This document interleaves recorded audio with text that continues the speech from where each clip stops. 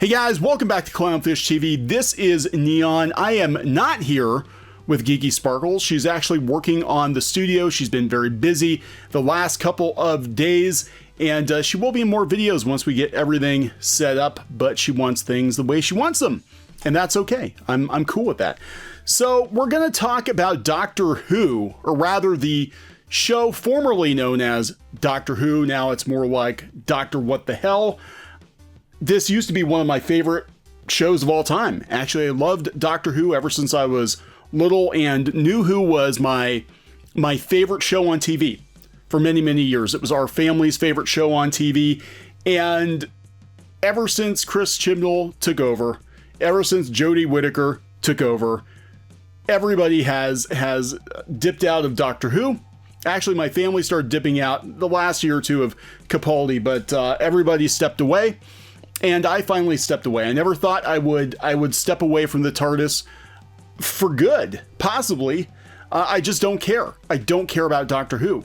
And it seems like we won't have any more episodes of the show formerly known as Doctor Who until 2022.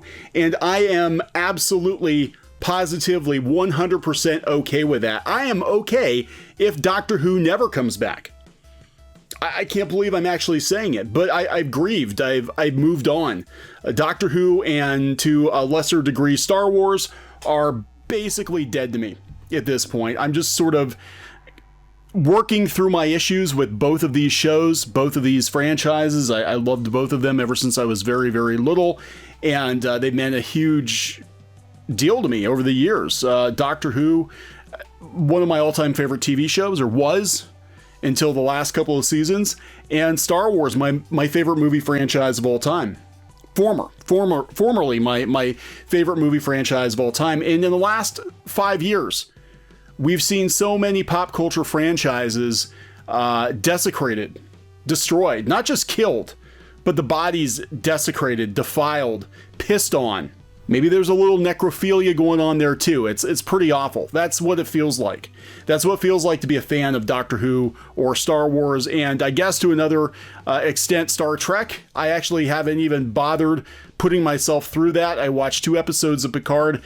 I'm like, yeah, I'm not even gonna have my heart broken again. It's been hard enough. So Doctor Who not coming back until 2022. Of course, we left it with the Timeless Children, where they retconned the Doctor. They retconned the Doctor's origin. The Doctor has been potentially thousands of people before we met William Hartnell. And the Doctor started out as a POC little girl. Just so you know, you haters, you man babies. And this poor little child was murdered repeatedly by her foster mother, I guess, or adoptive mother, so that this woman could steal regeneration for the Time Lords. That is what happened at the end of Doctor Who, and you know what? I'd rather they just cancel the show or bring it back in 10 years and forget this ever happened. But we're getting more. 2022. And Mandip Gill is also returning as Yaz. Oh boy. I think they should at least change up the companions. Graham and Ryan ducked out. They're quitting. They're leaving.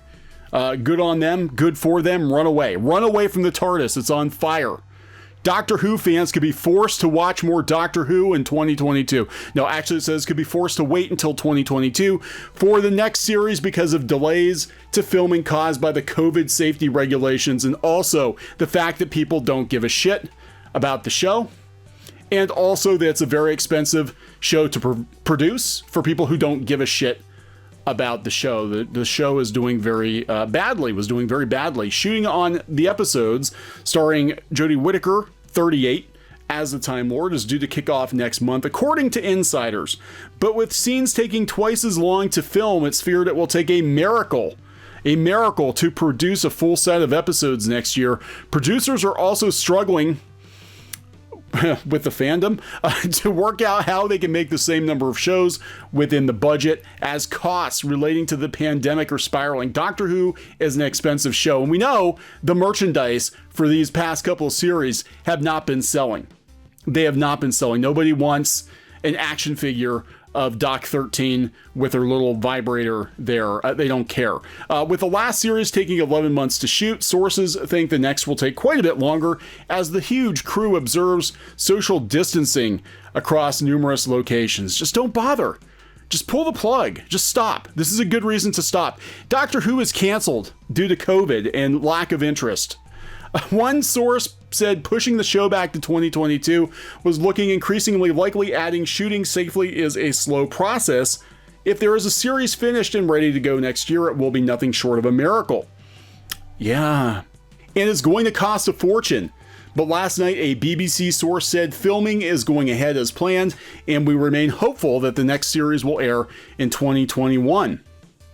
The previous series introduced fans to the first Black Doctor played by Joe Martin. Yes, huge retcon, which is unfortunate because I gotta tell you, if you were gonna have a female Time Lord, and I had to pick between Jodie Whittaker and Joe Martin, I actually would pick Joe Martin. I think she has the presence of the Doctor, whereas Jodie Whittaker is just kind of there. Look, I don't really care. It's interesting they're pushing it back to 2022.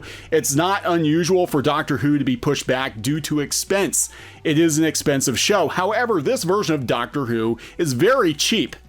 Compared to previous seasons. Look at Matt Smith's near cinematic episodes of Doctor Who. Very, very expensive show, the Matt Smith years. And then look at Jodie Whittaker's, where they're just sort of, putzing around England.